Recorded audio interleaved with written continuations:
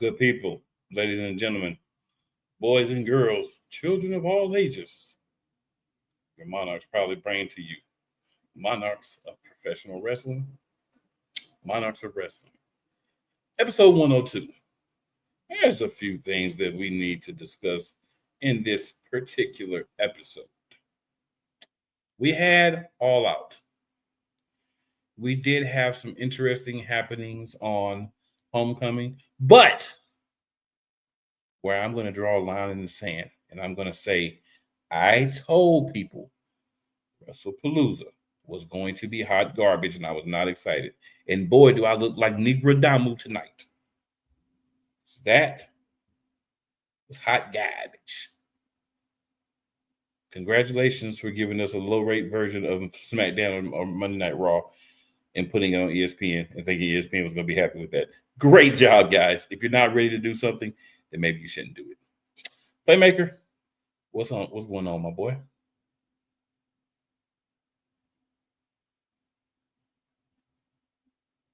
Can't hear you. You're on mute.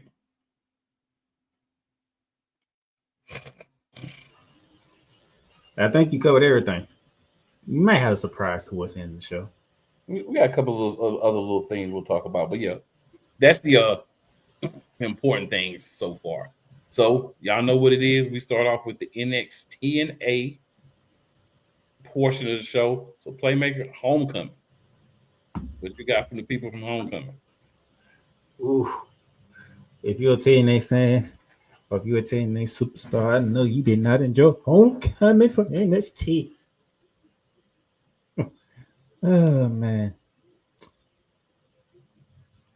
Well, we kicked off with Triple H coming back, because if you didn't notice, NXT took place at Orlando, Florida, but not at the Performance Center, at Full Sail, where it all began for NXT.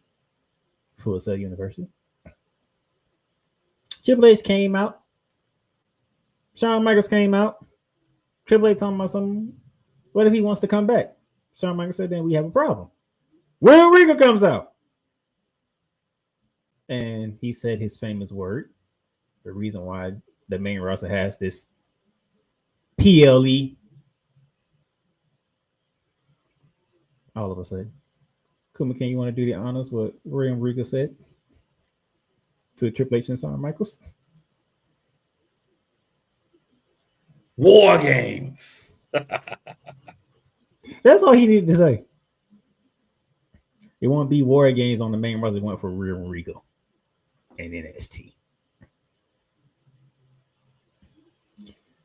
Then we kicked off the show with matches with the Women's Tag Team Championship on the line. Charlotte Flair and Alexa Bliss defending against the Colon. If you don't know the members of the Colon, that would be Easy Dane and Tatum Paxley. I think we know who won, all right? What would my grandma say, Russell? So I expect so. Before that tag team match, with another tag team match. This one with more interest, but no titles. DIY, known as Johnny Gargano and Tommaso Ciampa, going against Carmelo Hayes and the TNA World Champion Trick Williams, aka Trick Mellow Gang. So those of you want to know, we're talking about NXT Black and Gold against NXT. What would we call this era? I mean, it's still Black and Gold. Really, Black and Gold versus Black and Gold. Okay.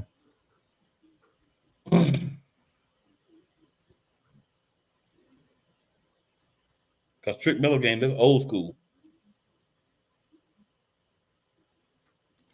Trick Mellow Game won. They defeated DIY. As they should. It's Trick Mellow Gang, baby. As they should.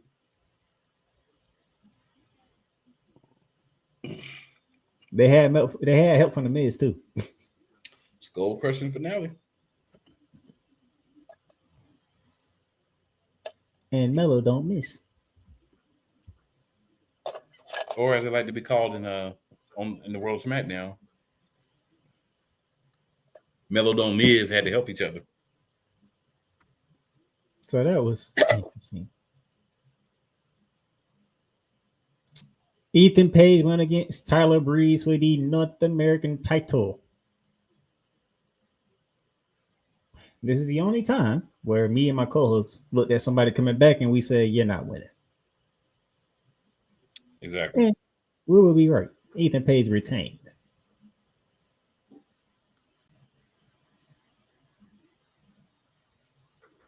We weren't finna see.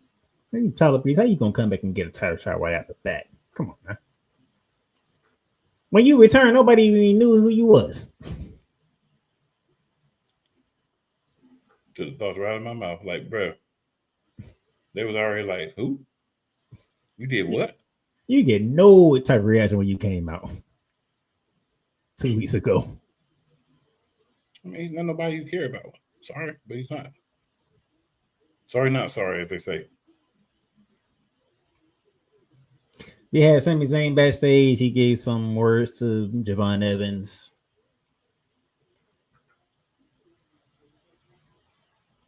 We had the tag team champion, the NXT tag team champions. That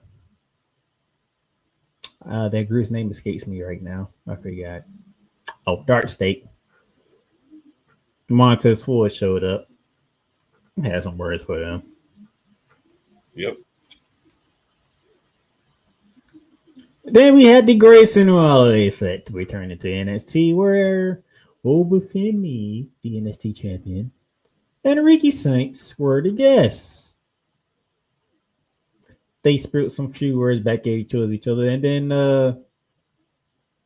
your boy decided he wasn't done with the homecoming just yet. You know, the TNA World Champion decided to make another appearance on the show. And still wanted to throw out there that me and Oprah, we're not done. You still have something that belongs to me, sir. And then Grayson Waller came up with this brilliant idea. If you're a TNA fan, you might want to don't listen to this part. Grayson Waller said, "Well, how about this? How about I go have a chat with Ava? Trick Williams, you want your title match with Obafemi? Okay, I can see that. But right at the same time, how about you put that TNA World title on the line at the same time, and it's a winner take all match? Let's do it next week, which would be tomorrow." Guess what? Ava signed off of it. So tomorrow, in the main event on NXT on the CW, Obafemi, Trick Williams, title versus title, winner take all.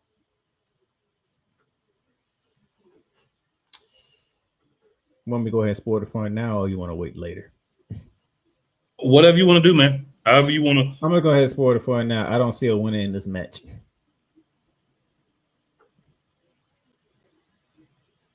I think this match gets pushed to No Mercy, and it might become a triple threat match because Ricky Saint already has his number one contraction title match already. So this is what I think is going to happen. I think it's going to end up the triple threat, like you said. I think the condition is going to be, if you get pinned, you lose your championship. That'll make things look interesting. So if that means the match, let's say, it doesn't end. Yeah. So I mean, you could keep your belt if you're not involved in it. If you're one of the people that have a belt. Okay. That's what I think is going to happen. I can rock with that if they're smart enough to do it that way. Maybe I'm smarter than them, but that's what I think. Damian Priest showed up, had some words with Trevion Heights about him getting a shot at the Ethan Page North American title.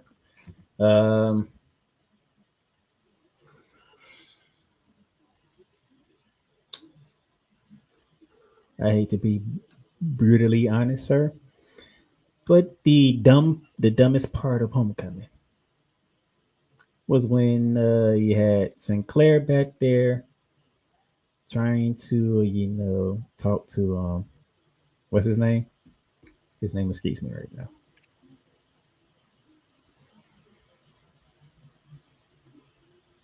So what? His name escapes me. Who was Sinclair was talking to? Dang, his name escaped me.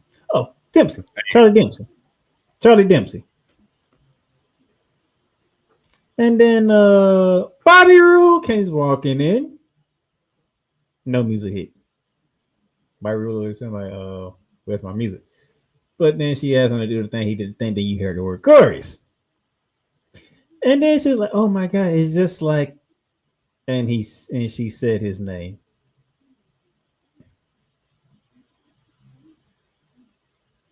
And you know what name I'm talking about, cool. Yep. And he comes busting in out of no like. I don't know about it. I don't know about most people, but I'm tired of this, to be honest. This is not funny. This is not fun for me. You'll be more tired of it in the future. Bruh, I don't.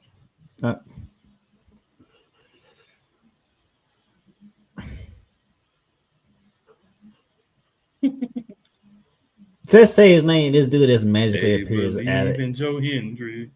It just appears out of the stupidest stuff every week.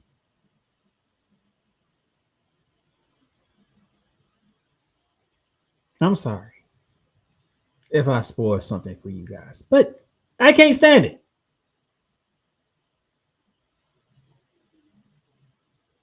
I don't know how cool feels, but I'm like, bro.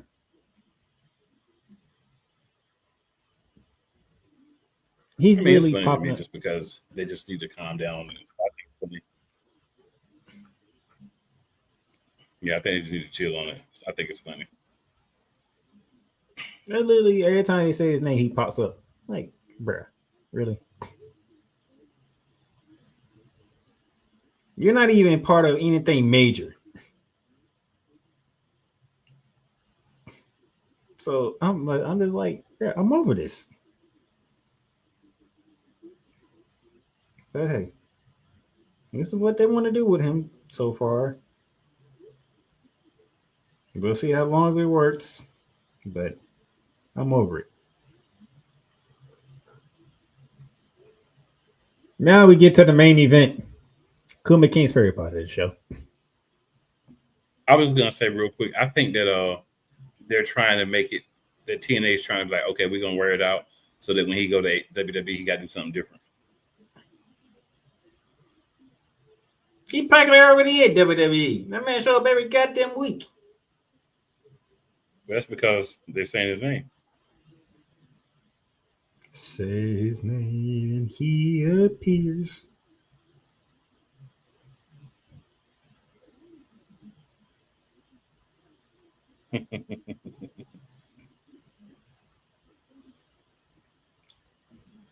I'm sorry, but hey, I'm sick of it. Like, it's not doing anything for me or for him right now. Something. I'm a little shocked, but something tells me it's no surprise. Playmaker's not on board. No, I'm not. You know when it started, right? You can thank Hank and Tank for this.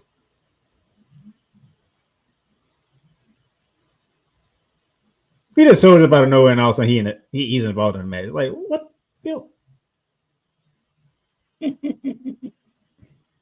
Hank and Tank.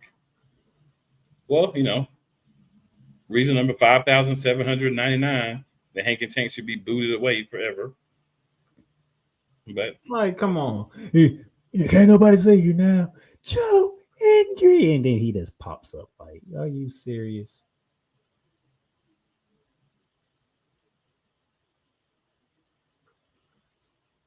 Anyway, main event. Well, they did have Lexis King in the ring before the main event, talking trash about Miles Bourne.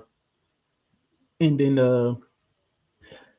we got the smiling Finn Balor in NXT. Cool. We got Prince Devitt Finn Balor. We got the Prince.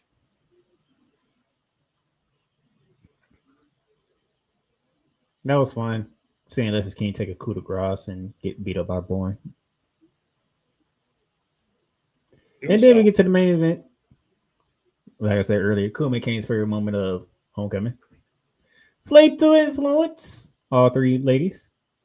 Jasmine Nix, Fallon Henley, and the NXT Women's Champion JC Jane taking on the team of Rhea Ripley, Stephanie Becerra, and Lyra Valkyria because Tiffany Stratton was put in concussion protocol because of what happened on Friday.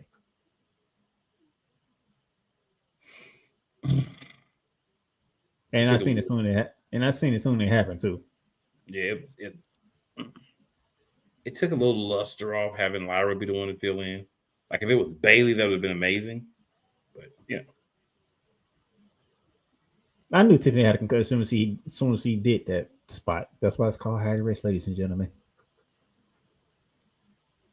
No matter how great they are, gravity is undefeated. Playmaker wrestling's fate. How could somebody get hurt? Gravity is undefeated. Hey, what's up, Ryan? Good to see you. Gravity is undefeated. So when her head hit that mat on the floor, I knew it was like, yeah, she might be concussed. What's up, Ryan? That's the gentleman. Ryan says gentleman. And then he says, hey, it's still real to me, darn it. Laugh out loud. But he didn't say darn it. I think I get the picture. So we had this matchup, and people were trying to make fun of Boogie T, but I don't know if you can make fun of Boogie T on that instance because Rhea Ripley joined Stephanie Becerra in giving a devil's kiss to Fatal Influence.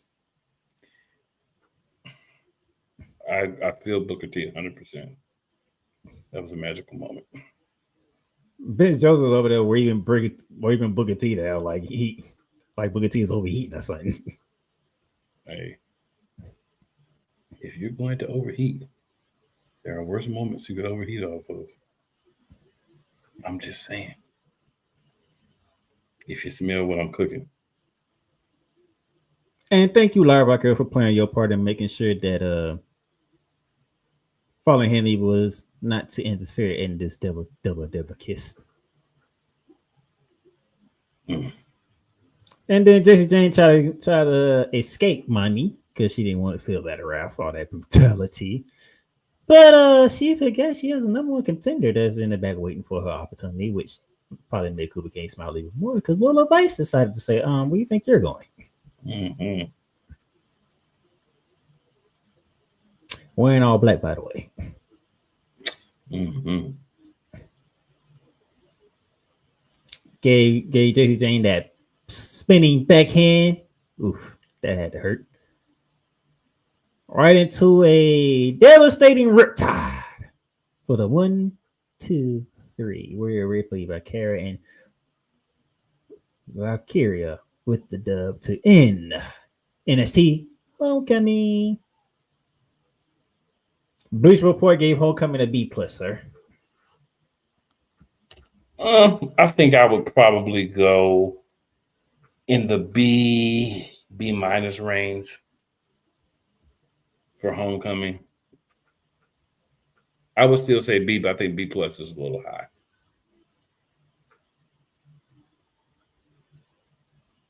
Your thoughts on Homecoming before you slide over to TNA, who took the social media in tears and anger because it's a winner-take-all match and it doesn't involve a.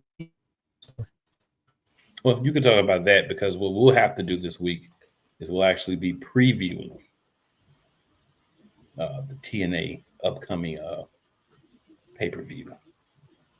But the only thing I got to say about NXT Homecoming is they did a fairly good job. I thought there were some places where they could have did more and had some more people on there, like big editor that they did not even have a place for. So I think it was a couple more things they could have done. But, overall, it is what it is. I'll say it like that. I got you. You said TNA has a Victory Road. Victory Road. Victory Road. We on the road to victory. We on the road to victory.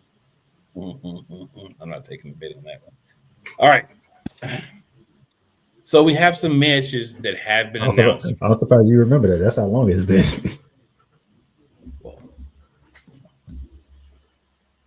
We have some I matches. remember it's one of my favorite cartoons of all time.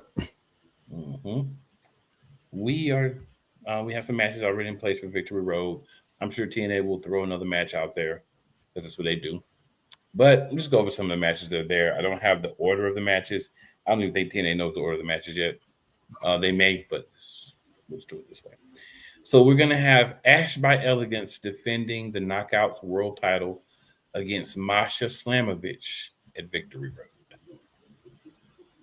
Who, sir, do you have winning said match between Masha Slamovich and Ash by Elegance? Cole Johnson gonna hate me.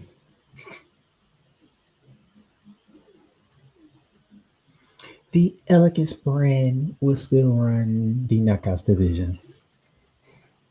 I agree with that. For better or for worse, we're stuck with them for a little bit of time. All Elegance brand, Elegance brand. Then we have faction leaders colliding at Victory Road. Ooh, faction leaders. Mm-hmm. Who are the leaders? The leader of the system against Mustafa Ali, leader of Order 4. If Moose does not win this match, TNA should all be flogged as a group. Everybody who has anything to do with creative should be flogged if Moose does not win this match. The system got like 70 people.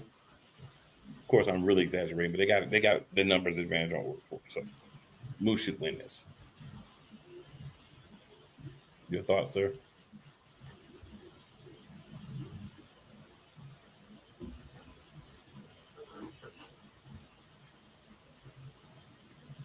I don't think nothing else needs to be said.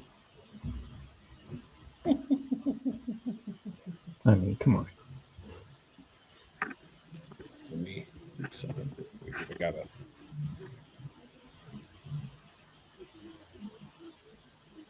Something different here. It's not giving me what I need. It didn't give me. It's not giving you what you need. So I gotta. How dare the internet? Second job. How dare the internet reject you from your material? Dirty internet. All right. Victory Road 2025. They're not playing fair.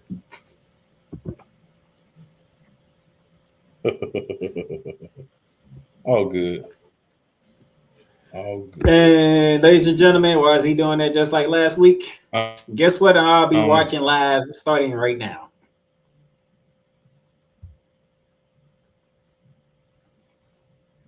That's right. Monday Night Raw, because it's on right now. Oh, and by the way, Kumakan, they I think they heard you last week and decided to say bleep you, okay? Because guess who's on Monday Night Raw? Bleep me, bleep you. Bleep guess who's you. on Monday? Guess who's on Monday Night Raw? Just take a guess. It's the Usos, sir. No. That's my guess. That's your guess? Who's the one person you don't want to see on Monday Night Raw? That's my guess. Cody Rhodes.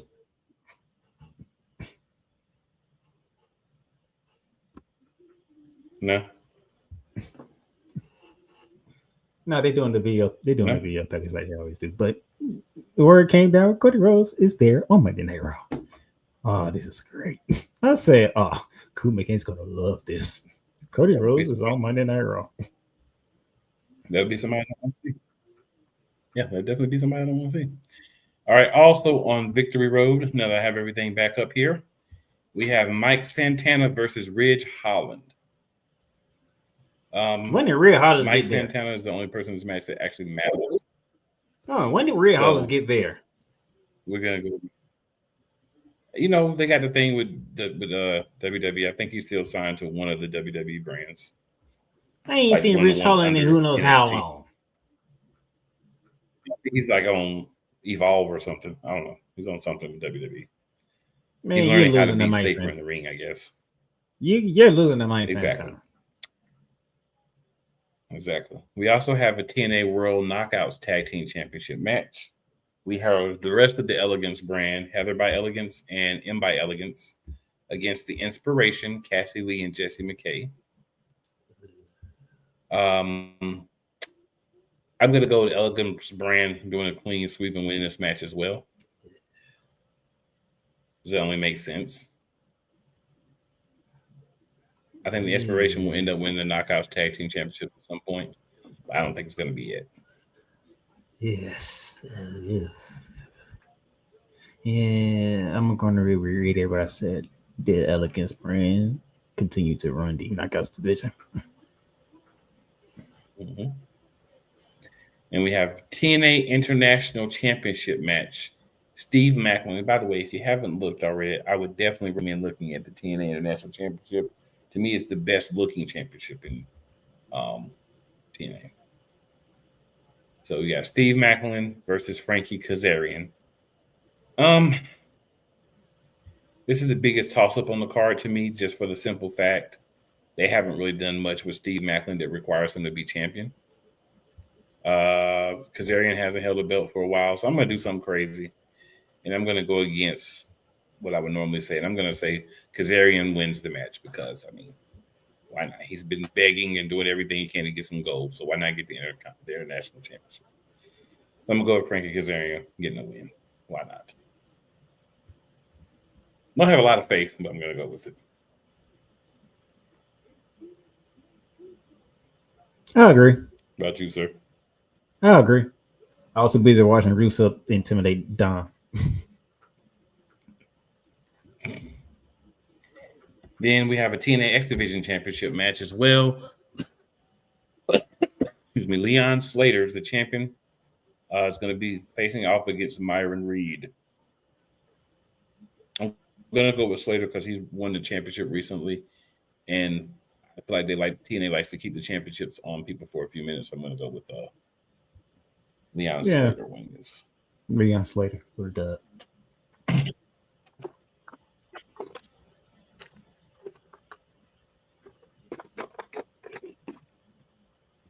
Ladies and gentlemen, that is the completeness of the card for Victory Road. There was a lot of talk that was going to be the match between Mike Santana and Trick Williams, but remember, they already set up that other match on TNA, on NXT, which caused them to go a different direction and pivot and have Mike Santana fight Ridge Holland. So, yeah. Don't ask me why that came about, but that's what happened. So, we just got to go with what's rocking. It is what it is. We're going to take us a quick commercial break. We're going to swing back through here. We're going to review the AEW pay-per-view All Out. And then after that, my good people, it is time to trash Wrestlepalooza. Because I think it was garbage, and I will be taking every pot shot that I can at that garbage show that they put together. I felt like it was going to be garbage, and I was right. And all I can say to that is,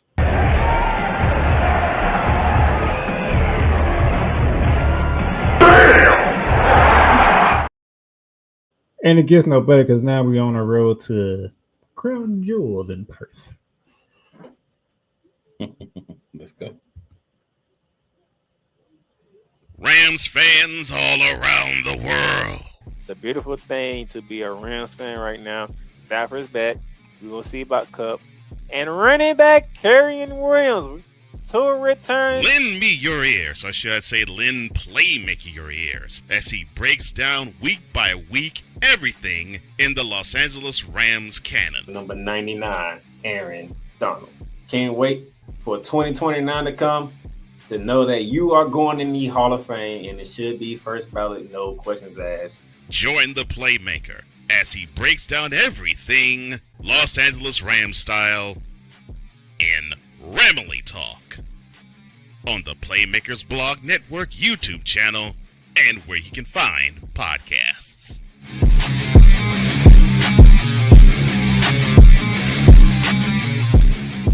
Join Ryan McCarthy I became a Jets fan because Kurt the Frog was my favorite Muppet because he was green, and the Jets wore green.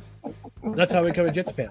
and Dustin Henry ESPN is cashing all in on let's pay a few personalities and we'll just kind of fill in the gaps. as they walk you through all of the world of sports from their perspective. The Albany Empire, it's a literal circus. No credentials required. Where, Ryan, say the tag. Where you don't need a press pass to talk sports. Live every Tuesday at 8 p.m. Eastern, 7 p.m. Central on YouTube and where you can find podcasts.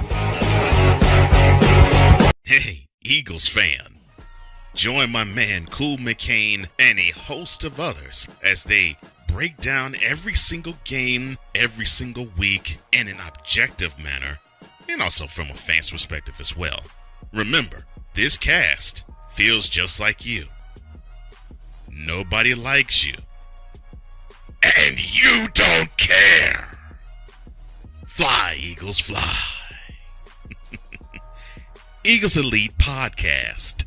Every Wednesday at 8:30 p.m. Eastern on YouTube and other podcast outlets. Whether it's the men's college game, The way that this season has been going, yeah, anything is possible. the women's college game, And how passionate Angel Reese was at that press conference, they got their mojo now. the WNBA, AJ Wilson on Twitter 1 and 2, followed by Brittany Griner, Aaliyah Boston, Jackie Young. or the NBA. The Lakers had a 0.8 chance of winning. And then what happened in the fourth quarter? LeBron James by himself outdid the Clippers. You will get any and all of the information right at your fingertips or your earlobes. Join the Playmaker as he breaks down all things basketball in Shooting Lights Out on the Playmakers Blog Network YouTube channel and where you can find podcasts.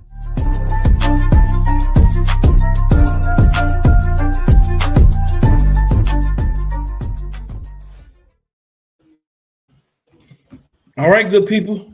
We are back in the building. AEW All Out. Ooh. Took a second for that to pop up as well. They were tripping on me today. So let's start with the I'm trying to figure out where I want to start at. Okay, yeah, we can stop here. We can start here. All right, so they had a Saturday tailgate brawl. Samoa Joe and Powerhouse Hobbs from the Ops, 2/3 of the champions, against the workhorsemen Anthony Henry and JD Drake. And of course, the Ops won that match. I mean, that's pretty obvious. They are tripping on the results on this joint, man. What is going on? Okay, there we go. All right. It just took a second. It would take a second to load. All right. We also had on the tailgate brawl, and this is like the pre-show, but I just go them real quick. Daniel Garcia defeated Katsuyori Shibata via pinfall. Of course, he had Marina Shafir. That was the help. We had Roderick Strong, Kyle O'Reilly, and Hologram. They're all the conglomeration. It's a horrible name for a group. Versus the Frat House, which is Preston Vance, Griff Garrison, and this guy named Cole Carter. Of course, Roger Strong, the conglomeration team, won.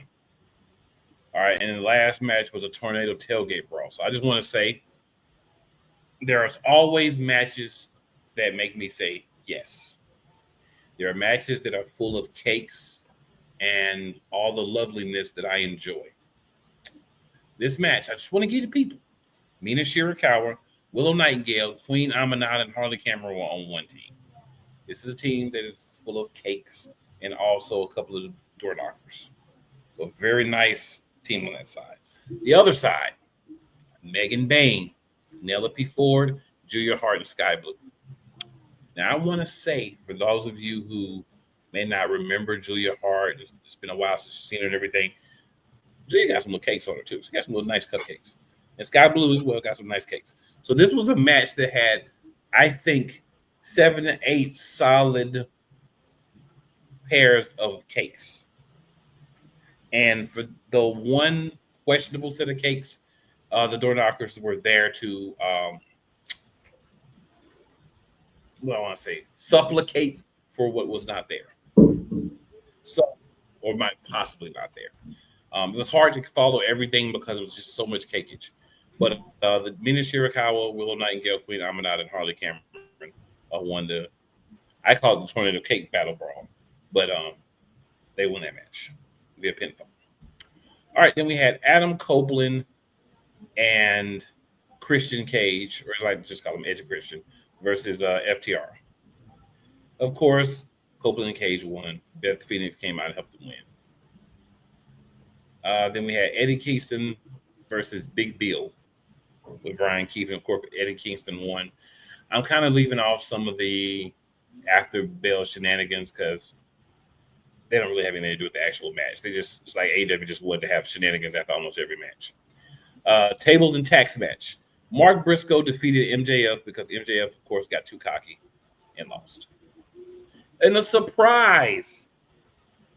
I'm gonna say the second surprise of the night, because we haven't got to the first one yet. We had a trios match between Ricochet, Bishop Khan, and Toa Leona. I forgot what they call themselves, the something, against the Hurt Syndicate. The Hurt Syndicate lost because Bobby Lashley and Shelton Benjamin got taken out, and then they dog walked MVP and pinned him. So, of course, that's going to drag on. Thank you. Because that's all we wanted. All right, then we had a AEW TBS Championship match. Mercedes Moné against Riho, the first ever AEW Women's World Heavyweight Championship. Mercedes Moné is still champion. She beat Riho. All right, we had an AEW Unified Championship Tournament Final 3-way match. We actually got the other people in because remember we were talking last week and we didn't have all the people. So Kazuchika Okada ended up winning against Konosuke Takeshita and Mascara Dorada. Takeshita walked out when Okada won, so he's not too happy with that. But Okada, for now, a fellow member of the Don Callis family with Takeshita, won, but I don't think Takeshita's going to be there much longer. Coffin match. John Moxley defeats Darby Allin. Yeah, he won the match, but they ain't out in it. No, it's not how it ended. Go ahead and tell the people how it ended, sir. Darby got out of the casket, put John Moxley in a body bag halfway, and then set the bag on fire.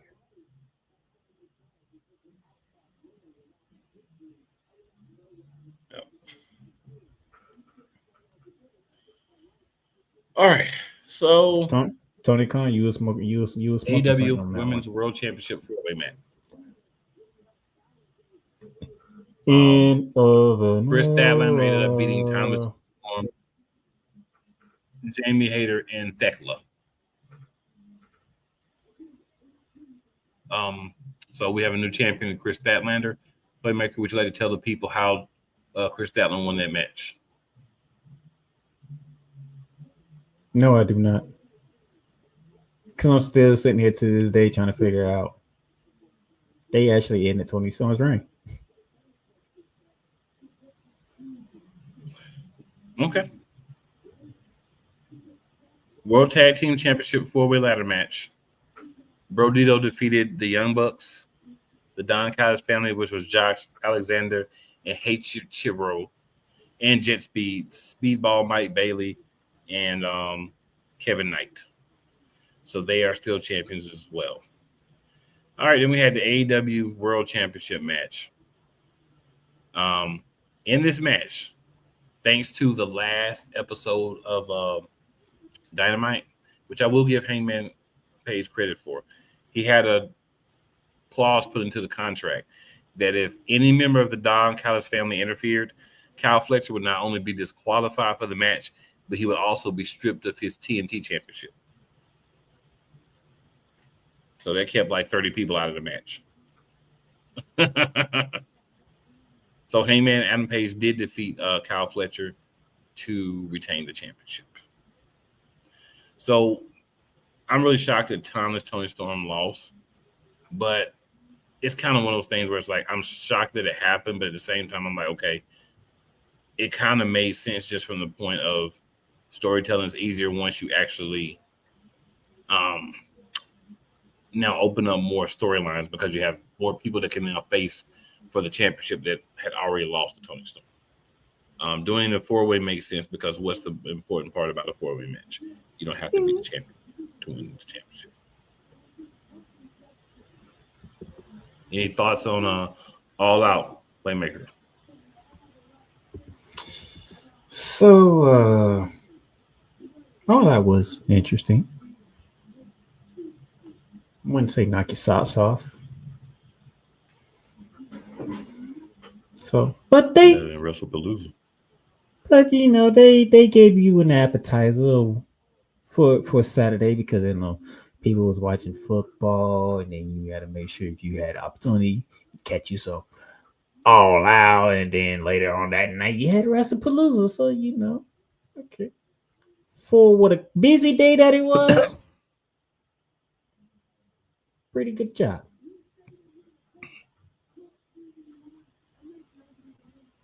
Pretty good job. I say pretty good because not a lot of people was talking about. Oh yeah, yeah. They call themselves the Demand. That's what Ricochet and the Gates of Agony call themselves, the Demand.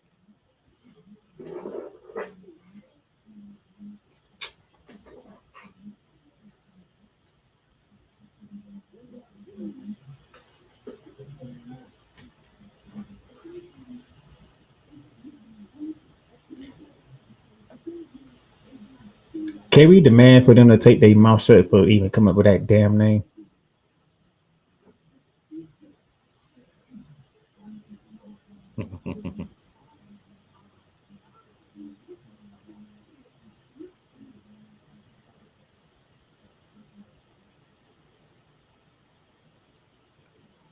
So those of y'all who not aware, Chris Statlander actually pinned Tony Storm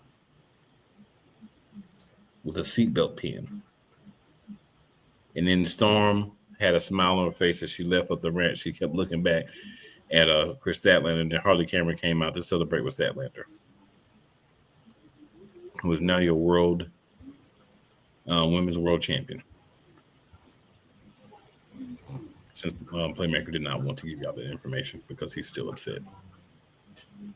No, so it's done.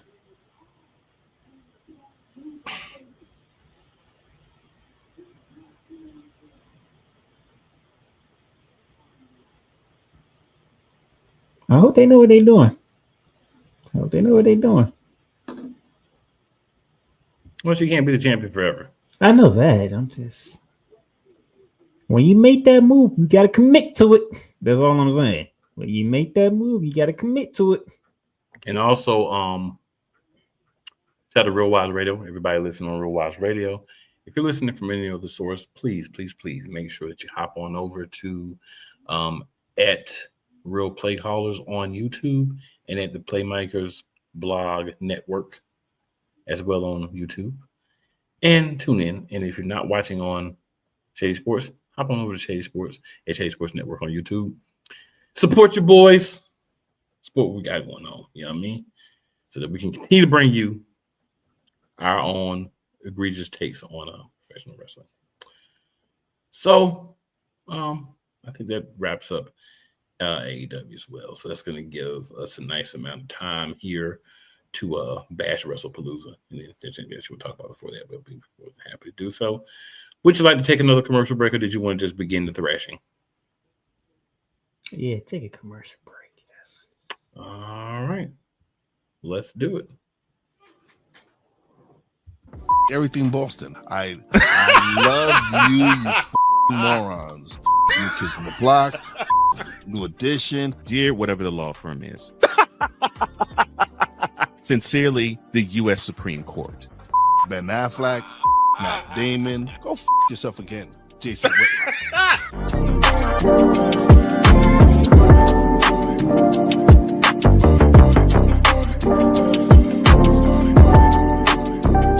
Join Join the transporter to Hades. Your butt and gut becomes one. Join the reformer of hooker whores. This is my daughter, Placenta Booty Johnson. Join the bronze car. Whenever you are in distress, take off your baseball cap and throw it in the air. Join your very own superhero of broadcasting, Chris Bass. So whatever color crayon they get, they palm it and do 2 circles, and that translates to, I can beat up black people. As he takes you through the week's paces in Baseline. Live every Saturday at 8 a.m. Eastern, 7 a.m. Central, No, Pacific time zone people, just stay asleep when this is on live and just catch the recording. Oh, I'm sorry. Exclusively on the Chris Bass YouTube channel.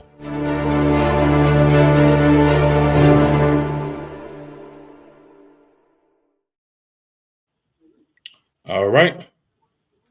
We are back. So, since my co-host is ready to get all the trashness out on WWE, let me start him up, okay?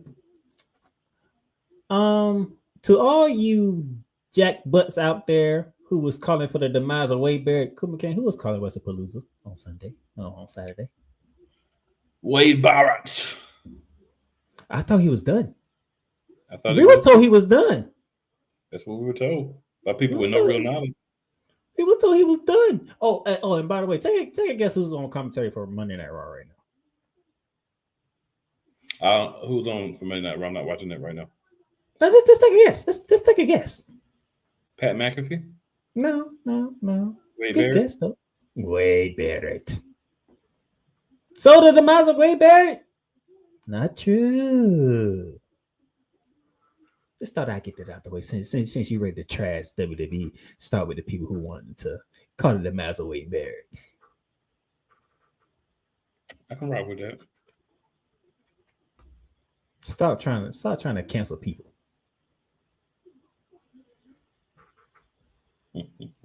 Now let's get to the Wrestlepalooza. This put together all so quickly event because no, we don't want to wait till WrestleMania to make the move to ESPN. Let's do it in September, where you have the NFL season going on, you have college football season going on. Let's do it then. Let's do it in Indianapolis. Let's do it at Gamers Fieldhouse, and we're gonna put on this great show. Did I miss anything? No. I hit all the points. Okay. Just want to make sure I hit all the points before I go in. Just want to make sure.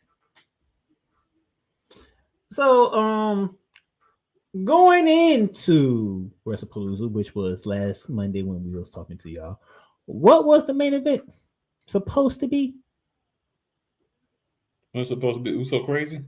No, it's supposed to be Brock Lesnar and John Cena was supposed to be the main event. Was it? That was supposed to be the main event, and then all of a sudden, Captain America had to make sure that he was on the card, and then he became the main event.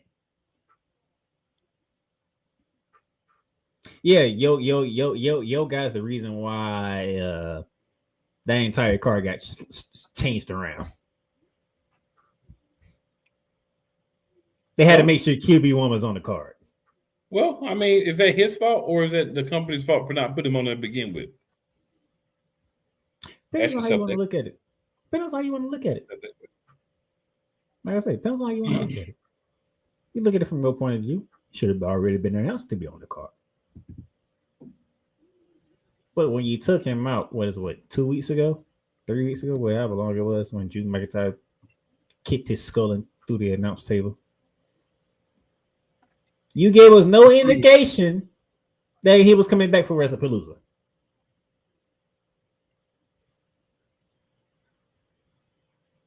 And then, to my co-host's credit, because I know that's the main event, but I'm starting from that one. And to my co-host's credit, like he said, they put Drew McIntyre in a bad spot.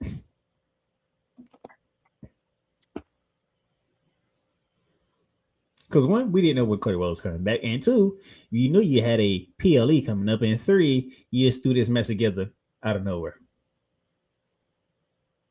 With Signal to McCain, Drew McIntyre's not winning that title. And guess what happened? Drew McIntyre did not win the title.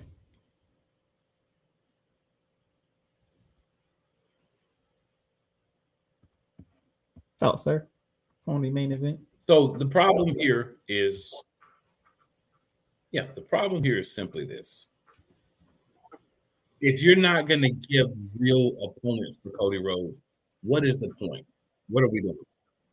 They're not giving real opponents. If it's not going to be real opponents, all you're doing is you're just playing. You're playing around. You're basically saying, all I want to do is feed Cody people. You have to take the time to actually make us believe this person is going to beat Cody. And that's going to take more than 2 weeks of them talking trash about Cody after they kick his face through a announce table. If for those of anybody can catch you slipping it. And those of you who probably didn't understand what my coach is saying, he's basically saying you can't just have Drew McIntyre kick Cody Rhodes' head in and Cody Rhodes disappear for some weeks. Have Drew McIntyre feud with Randy Orton, and then all of a sudden Cody Rhodes comes back. Drew McIntyre gets a title shot, and we supposed to believe Drew McIntyre was supposed to win.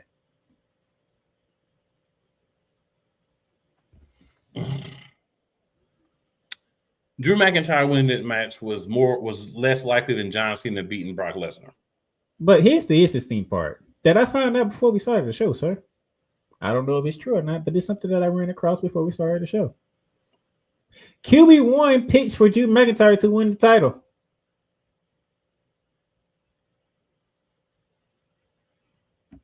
I can believe that. I mean, how you gonna beat 17 if you lose 16 times? Just kidding. Which means maybe not. If this is true, that means Paul decided against it. But here's the thing. Even if Drew McIntyre won the belt, does that improve the show at all? The answer to that is no. The answer to that is no. But I said it like that for Kuma King. I didn't say it like that because I'm actually going to Triple H. Because I understand why Triple H did that. Because there's another event coming up that me and Kuma King don't like. Even though it's not taking place in Saudi Arabia this time, it's taking place in Perth, Australia. That'll be one crown jewel. So you want to know why Cody Rhodes still has that title? Because guess what? He has to defend his crown jewel championship against the other championship, who happens to be, what's his name again? Whoa. The one who burned it down. That guy. Seth freaking Rollins. The guy flash off losing a Wrestlepalooza. Yeah. In the most. All right. We'll get to that. We'll get to that. But I'm saying all that because Triple H did not want a Drew McIntyre versus Seth Rollins main event. Why would he? Who wants to see that? You can have a Drew McIntyre and Seth Rollins main event at Perth. Who would want to see that? I wouldn't. You have to have Cody Rhodes versus Seth in Perth to main event. Cody Rhodes. So, in this opportunity, we can understand where our Triple H said, nah, not right now. Not really. If that's true. You know, a lot of these stuff be rumors about some Cody Crybaby just wants to make Cody look good. Yeah. If it's true, but if it's true, we can understand why Triple H said no. We can understand. I would need proof of that. That Cody wants to lose a championship to somebody. I'm gonna need proof of that. That's why I say would hold that championship. That would. Now, I would go to the aforementioned man that you want to go to, but I had to go to your other boy, sir. Go ahead. Your boy swung a chair one, two times hard, huh? And those who don't know what I'm talking about one Jey Uso. He busts his own self open. That's why the match ended so chaotic. If you don't know, if you go back and you watch, it was the Usos versus the Bronze. When I say the Bronze, I mean Bronson Reed and Braun Breaker. Jey Uso hit Braun Breaker with the chair, and it ricocheted right back to him, which busted him open. And that's why the match all of a sudden ended so chaotically.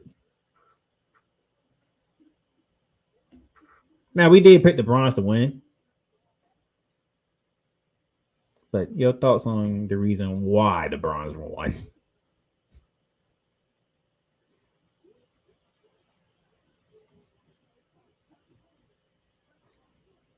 It only makes sense for the it was sluggish at the beginning. They started to build up.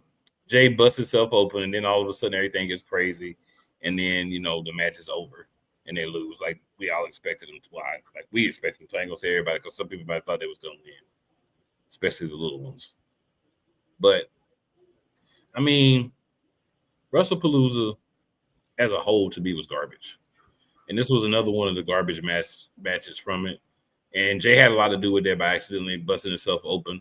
But this match didn't really look to be great before then. So what I have here, I'm going to read because ESPN has somebody that's going to critique these events. Which, what's his name? If I can get his name. Dangerous Hell. He is the guy who has on ESPN who I'm pretty sure does wrestling because he was treating on All Out too. But this is what he said. Where is it? Oh, let me go back up. Went too far.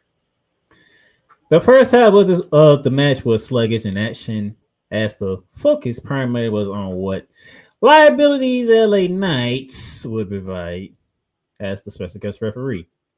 But hey, LA Knight did a pretty good job to me.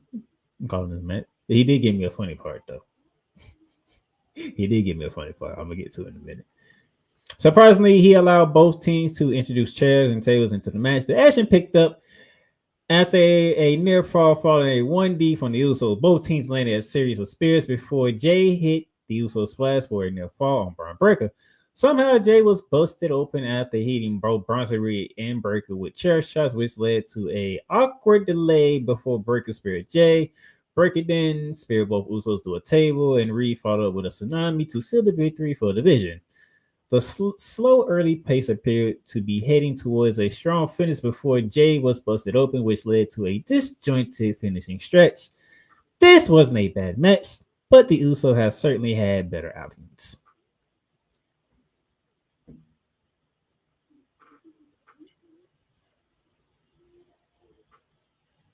I feel one thing good about the match was I think the right people won. Now, LA Knight did get me a laugh because Bronson Reed grabbed the chair first. LA Knight caught him. Was like, "What are you doing, man? Like, what are you doing?" Then Jimmy, I think he kicked Bronson Reed. He picked up the chair. LA Knight looked at Jimmy. He just walked away. I was like, "All right, LA Knight, this is what we doing." LA Knight did give me my laugh of the night, though. He just walked away. He knew Jimmy had a chair. He just walked away like, all right, I don't care. How you feel about LA Knight being a ref? Well, they had a little extra to it. I like how he was basically impartial. Because that's what you want. He got beef with Jay. He got beef with Division. So that wasn't a reason for him to have a partiality either way. But, LA Knight always adds a little bit of that LA Knight flair to it. So I like that too. Now let's get to this mixed tag team match. AJ Lee, first in-the-ring competition in a decade. Teaming with her husband, Senior Punk, to take on the husband duo of the Intercontinental Women's Champion, Becky Lynch, and her husband, the World Heavyweight Champion, Seth freaking Rollins.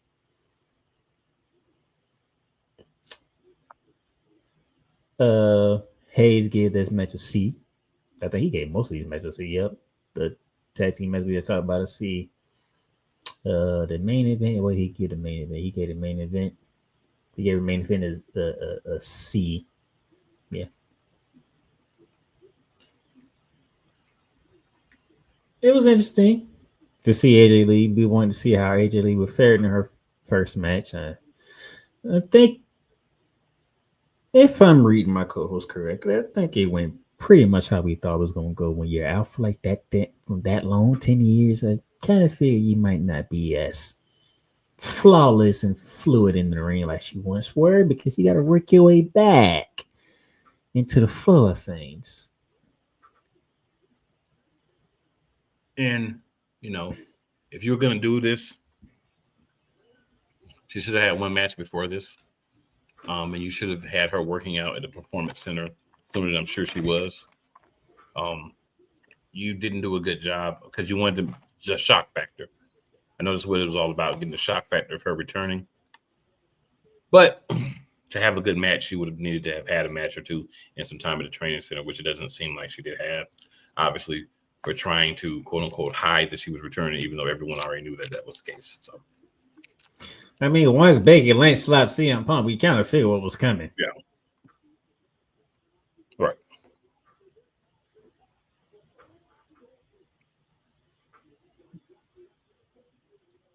And those of you who try to play stupid and try to talk about Roxanne Perez, like, let's be for real. Roxanne Perez is a heel.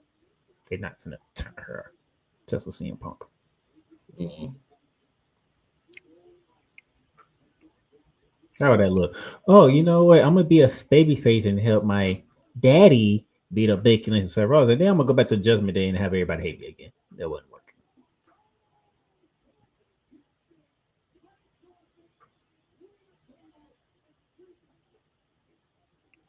Now, I don't know about you, but I did enjoy the moment where the guys try to separate the ladies from beating each other, and then the guys try to start fighting, and the ladies try to separate each other, and then all four of them started fighting each other.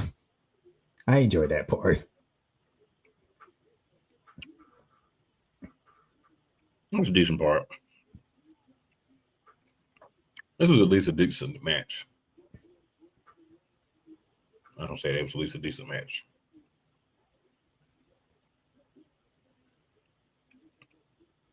But AJ Lee Punk got the win because of the black widow put it on the Becky Lynch. So now, sir, all the roads lead to a women's Intercontinental Championship match coming up sometime in the near future.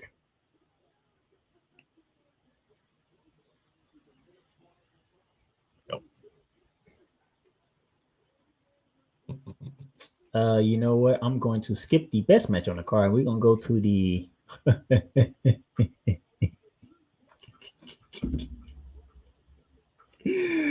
we're gonna go to the way that the card should have ended, in my opinion. Let's see what you feel like. And I open with Brock Lesnar beating the brace off John Cena yet again. My thing is that obviously should have been the first match. I thought it'd be better for it to finish that way. Everybody get to go home and it's looking stupid. Well, I mean, it was going to be the least competitive match. That was not competitive. So you might as well put that one first, since it's going to be the least competitive. It always was going to be. Oh man. Could you imagine that post though? All the kids crying and people just looking stupid because they just watched John Cena get destroyed. Oh man, which is actually even more of us. This is more of a slap from WWE because you had John Cena come out here with all them kids just to get destroyed.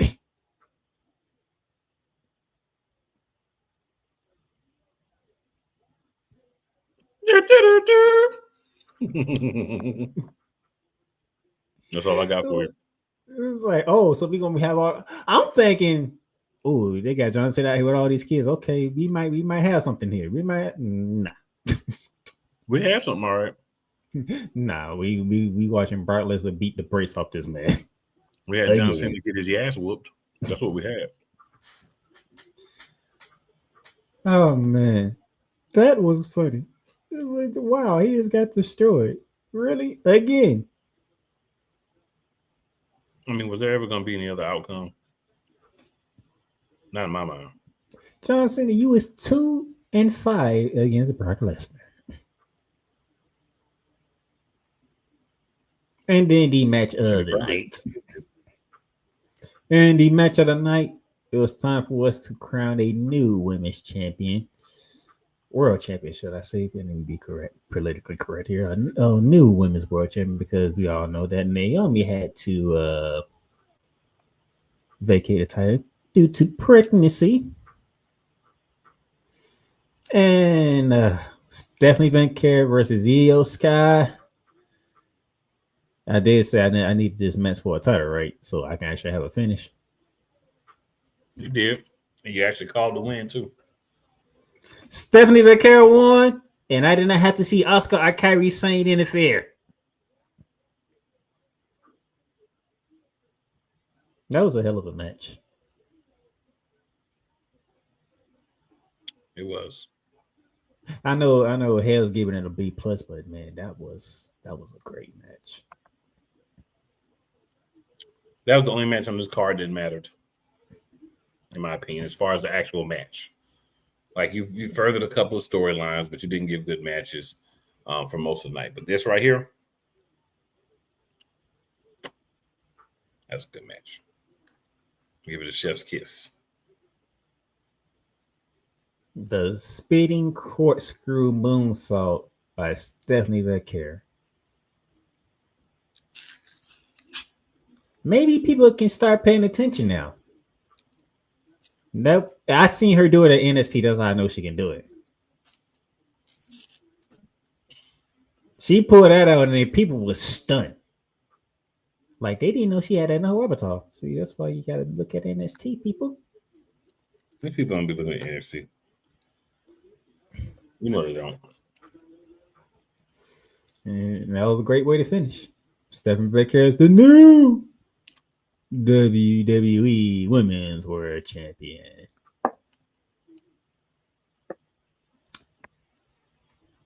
Overall, if you thought that was a surprise, that wasn't a surprise though.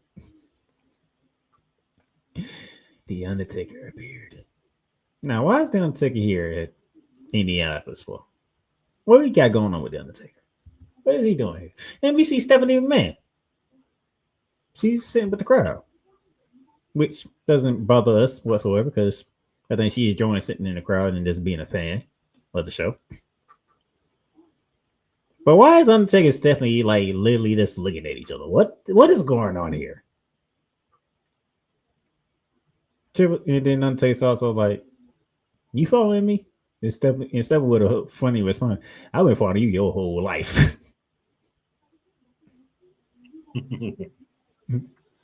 Basically. And then he hit her with the first person to be inducted in the class of 2026 WWE Hall of Fame, Stephanie McMahon. Your thoughts when that news broke? I mean, look at it a couple different ways. I look at it like this. You're the boss's daughter, but you did have a good role within the company for a good amount of time. On there and behind the scenes. You were at least partly responsible for the women's revolution.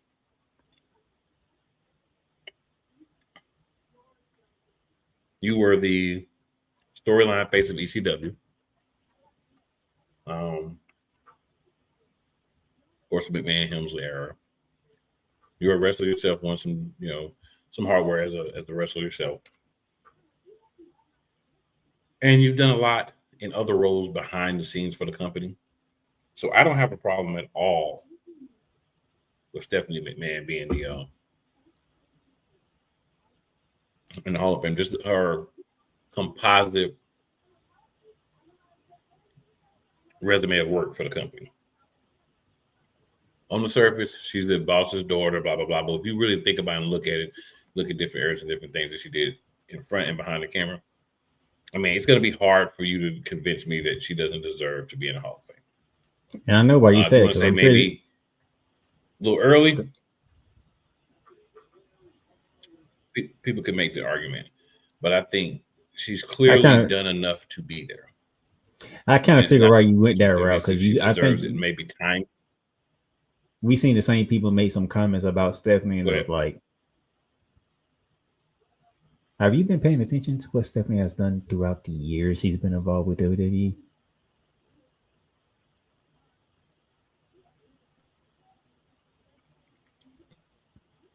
Right.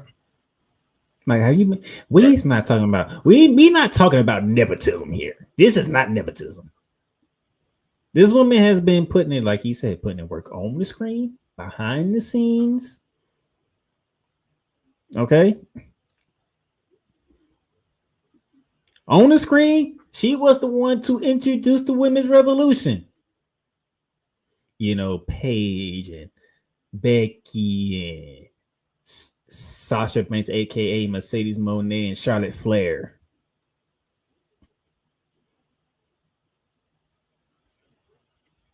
And matter of fact, let's think about it. When she got a ring, she just didn't get a ring with anybody. She got a ring with Trish Stratus. She got in the ring with a Nikki Bella. She got a ring with a Ronda Rousey.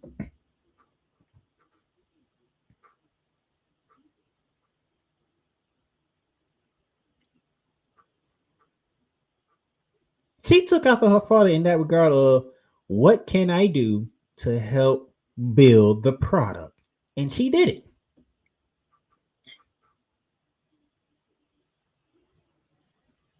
You want to talk about one she's most famous for when it comes to WWE, being the GM of SmackDown.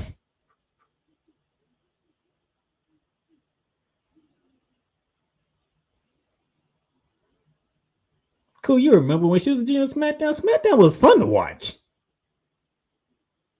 And back then, you couldn't wait for Thursday night. You looked forward to Thursday night. Because what Stephanie's going to give us on SmackDown this week. So I am all for Stephanie McMahon to get in the Hall of Fame.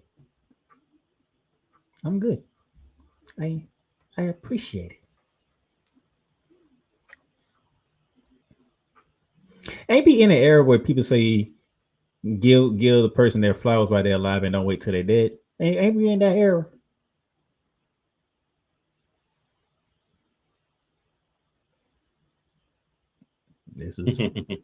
This is basically her husband saying, "I'm giving you your flowers for what you did for the company." That's pretty much what it is. We know a lot of times he probably was involved in it because he was a wife, like he wasn't involved in him getting the second one. I mean, with him getting his last year, he probably wasn't even involved in the decision-making process.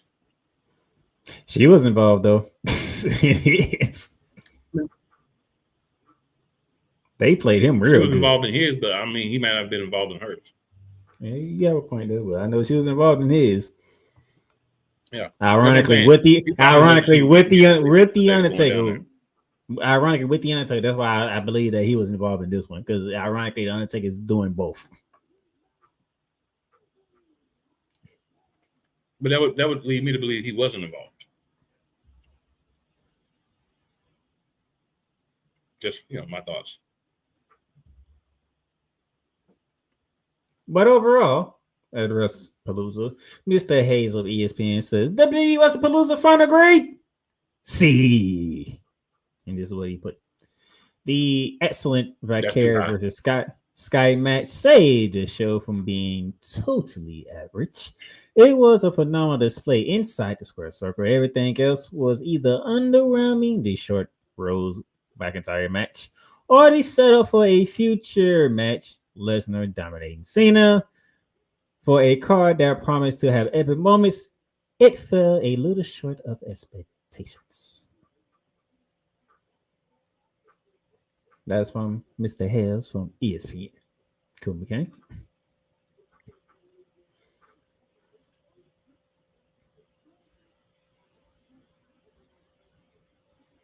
C+ is too high for this show.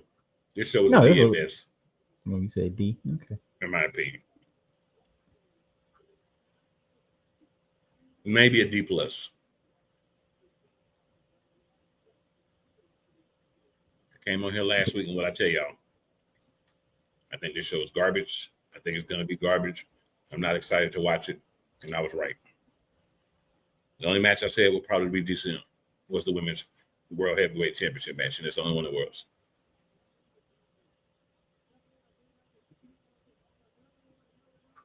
All right. And before we close this out, do you have something from me, sir? I couldn't download it. You couldn't download it. Mm-mm. How you couldn't download it? I can try again, though. Ah, man.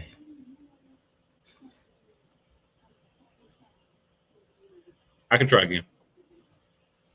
Because this here was the most funniest thing I saw from the week.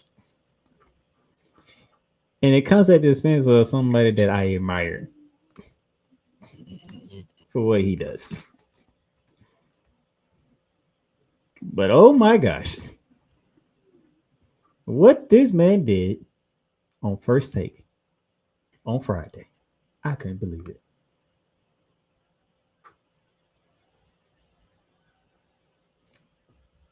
I really couldn't. And it was funny to me how this happened.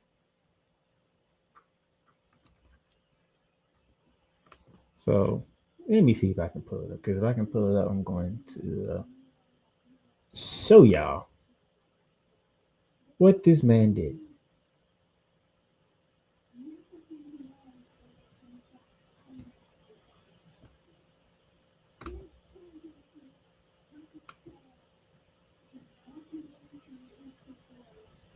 Now, let's see. What try to get here.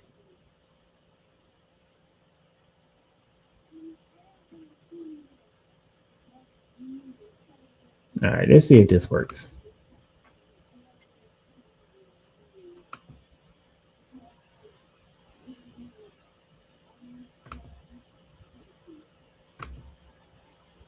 Do y'all see that? No. Cool, you might have to bring that other thing up because this is hilarious. There we go.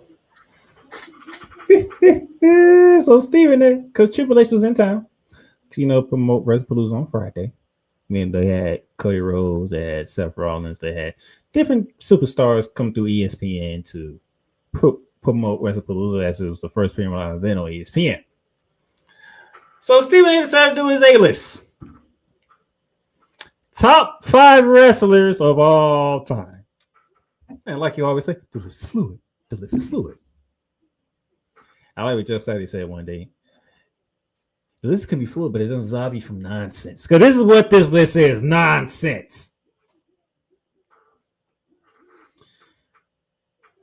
Number 5, the Water Warriors, one of the greatest tag teams to ever step foot in a square circle. Number 4, Dwayne The Rock Johnson. Number 3, Hollywood / Hulk Hogan. Number 2, the Nature Boy Ric Flair. And number 1, Goldberg.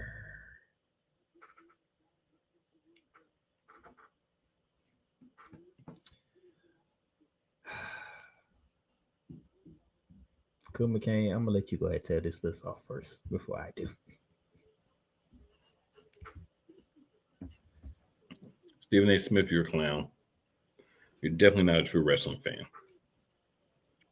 I mean, Road Warriors, I wouldn't put them in my top 5, but whatever. The Rock makes sense. Hulk Hogan, due to his current state of affairs, I would not have put him in my top 5 because I think how you are off camera also matters to you being a top quality person. So I wouldn't put him there. Ric Flair, if Ric Flair is not your top 5, then your top 5 deserves to be burnt, spit on, and urinated on immediately. Goldberg on anybody's top 5 list is the biggest joke I've ever seen, especially number 1. I mean, so many more wrestlers you could have put. Stephen A. Smith as a I'm gonna use the politically correct terms. As a person of color, to only have one person of color on your top 5 list is kind of crazy to me. You could have went with a tag team like Doom or something to bolster your representation. Hulk Hogan should have definitely been off the list. So many more people you could replace him with. You could have went with, like a Dusty Rhodes. So many more people, right? I'm gonna sit here and take the time to name everybody. Goldberg should not be on this list. So there should be at least 2 new people on this list, right? You don't have John Cena on this list or Stone Cold. How can you not have either Stone Cold or John Cena on this list? And honestly, it's hard for me to put anybody over Ric Flair. This current list, if anybody's number 1, I got to put the Nature Boy, because Ric Flair was styling, profiling, and jet flying back probably before I was born, and playmaker. But you know him; he stays relevant. Music, all the different companies he's been in, he's always had a strong performance. Champion a whole lot of times, right? When reigns actually weren't just you're going to win just so you can win and then lose it a few months later. Ric Flair made wrestling what it is today. We talk about Hulk Hogan and all that. Hulk Hogan helped WWE, but if we didn't have Ric Flair, there wouldn't have been a Hulk Hogan, because there wouldn't have been somebody to start drawing people in. You can disagree with my statement. I do not care. Relevance, Hulk Hogan, yeah, but the off-field, just misogynistic, racist crap that he spews as Hulk Hogan pushes him down my list. But Flair, he got to be number 1, bro. Like the amount of time he was a relevant wrestler and all that, he got to be number 1. If he ain't number 1, you just straight doodle butter, in my opinion. You might can make an argument for a few other people, but Flair not number 1? Come on, man. The representation of your own race not really there? Like, what is you doing, Stephen A. Smith? What Stephen A. Smith is doing, and my co-host will, of course, talk about this, it's called trolling. Do I think that he's stupid enough to really believe this list? No. If this truly is his top 5, he will never cover wrestling, please, for ESPN. Don't even let him speak about pro wrestling anymore. That's all I got to say about that. As he was doing this list, he says War Warriors, number 5. Okay. A lot of people talk about the War Warriors as one of the best tag teams to ever do it. I ain't going to harp on that. Okay. Dwayne "The Rock" Johnson, number 4. That's my guy. That's my dude. Favorite wrestler of all time. Put him at number 4. That's your opinion. But I'm not going to fight you for it, because it's your list. Yeah. I see. I like where you're heading there. Hulk Hogan, number 3.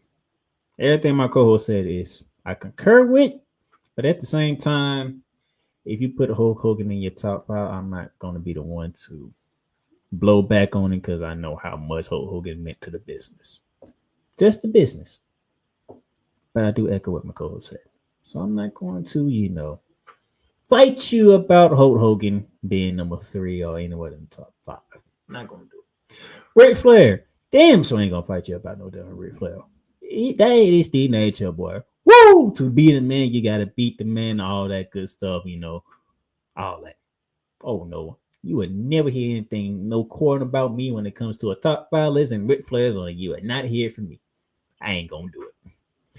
And then we got the number 1. I'm sitting here like, okay, is either Stone Cold or John Cena.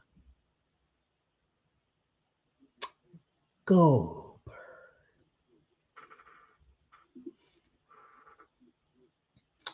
Why did Stephen A. Smith put Goldberg at number 1?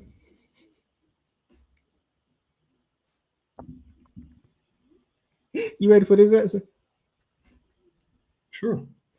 The man with 176-0 before he had a loss.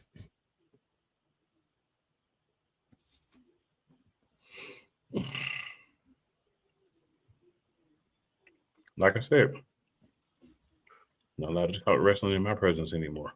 If I see Stephen A. Smith and he says something about wrestling, channels changed.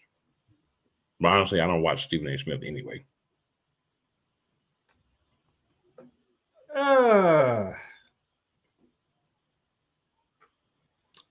I said on this program that when I first started watching wrestling, Goldberg was that dude for me, correct? Mm-hmm. But I was little and I wasn't previous to everything that wrestling had to offer. So, I went with what I saw, and Goldberg was that guy for me growing up. And then I got to know about Steen, and then I got to switch over to WWF at the time. And I got to see The Rock and Austin and The Undertaker and Triple H and all these other guys. I started to get a better view of the wrestling landscape, okay? To come around to The Rock being my number one guy, Undertaker and Steen, you can go 2A, 2B. I don't care which order you want to put them in, but them two is like number 2 on my list because I love both of them that much.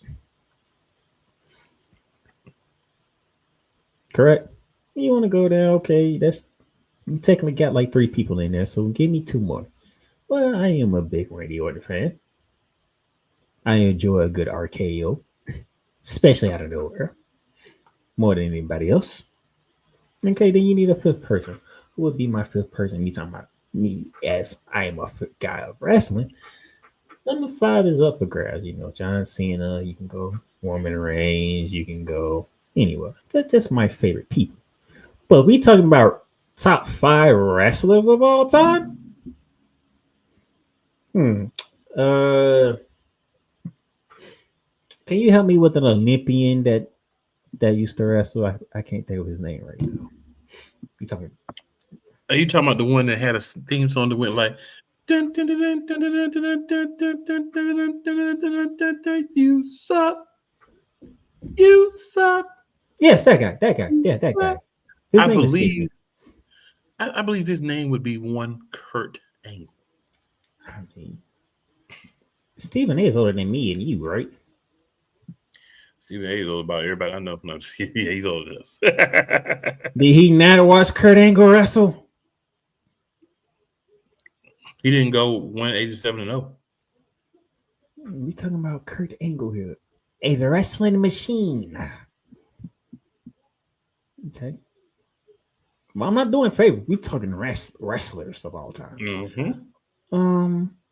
Let me think. There was a guy who was known as the best there is, the best there was, and the best there ever will be. Until he got kicked in the head by Goldberg. Unfortunately. What's that guy name? Number 1 wrestler. He didn't even say one. Bret Hart. The excellence of execution. Mm-hmm. Just throwing a couple of names out there, Let me think of anybody else I can think of. I know you ain't gonna forget Virgil Runnels. I mean, who is the guy that is the never seen 17? I forgot that guy. John Cena. I mean, nobody has ever won 17 titles in the WWE. I mean, come on. I mean, of course, the nature blood with flair. He speaks for itself. What about the guy that is probably known as the greatest character ever created in WWE? Remember that guy's name? I think we talked about him earlier. What you mean, the Undertaker? Oh yeah, the Undertaker, that guy. He only wrestled for like what, almost 3 decades. It might be this guy. He had a bad back injury. He was hard on drugs, but when he was hitting. He did this move that we used to call sweet chin music. Oh, you talking about Mr. WrestleMania, the Heartbreak Kid, Shawn Michaels. Mm-hmm. And if we want to talk about guys who had all the potential in the world, but unfortunately were gone too soon, but were still magnificent at the time they were there, in whatever role you gave them. I think we talked about his older brother earlier. Ooh, older brother. At one point, he was known as the Blackheart. Owen Hart. Oh yeah, that guy. I mean,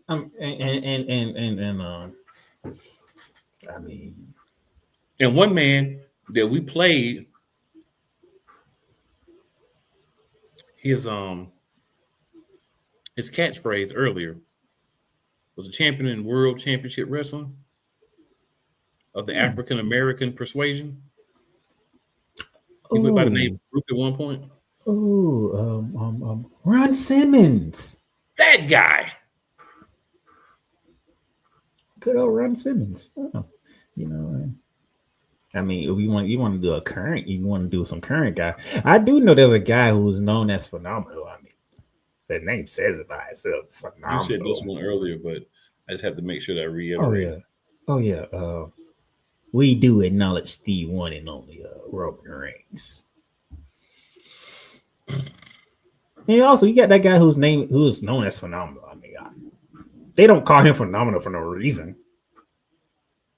They don't want none. Mr. AJ Styles. You see all the names we just threw out there that are considered top wrestlers. Stephen A, do better. You got There's another guy that you was actually talking to that you could have thrown on your top 5. Oh yeah, and that guy who said, by the way, he said, mind if I break this down? So in his profession, the main thing Stephen A does is piss people off, is what he said. And so, he started off good. He gave you your War Warriors, one of the greatest tag teams that ever do it. And he gave you The Rock, The Rock and what he has done on and off the ring and all that stuff. Then you have Hulk Hogan, which most people ain't gonna argue about unless you're me, Cool McCain, or Cole Johnson. And then you have the Nature Boy Ric Flair, and everybody knows how everybody feels about the Nature Boy Ric Flair. And then he Stephen A's it all up. But what will piss the most amounts of people off? You put Goldberg in number 1. And that guy was Triple H.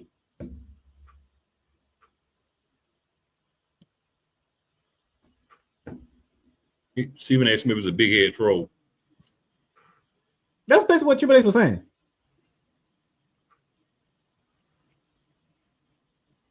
Pretty much, That's Triple H was definitely saying, what what's the way for Stephen A to get the most people to talk? Put Goldberg at number 1.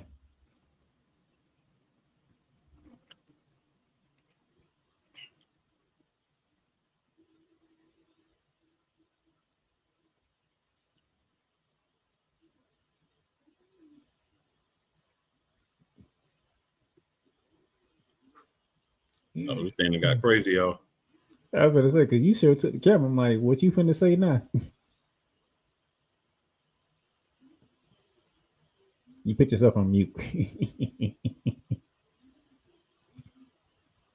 He put himself on mute. This is crazy. Yeah, it's time to go. That thing went all crazy on me, man. Yeah, it's time to go. But Stephen A, yo, this is trash. Like Kimmy Martin said. I thought you had something else to say. I did. Go I ahead. already said it. Like Okay. like Kim Martin said, and that's a beautiful woman right there, Miss Kimberly Martin. The list is trash. Delicious trash. I ain't even mad at it. Good people, make sure you like, subscribe, share, and follow your boys. All the different platforms. You got questions? Reach out to your boy at Cool McCain on Facebook, at Cool_McCain on IG, Cool McCain on TikTok.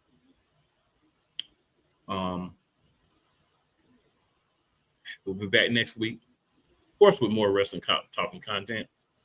We'll break down because hopefully we'll get a better PLE or pay-per-view out of TNA than what we got out of WWE Wrestlepalooza.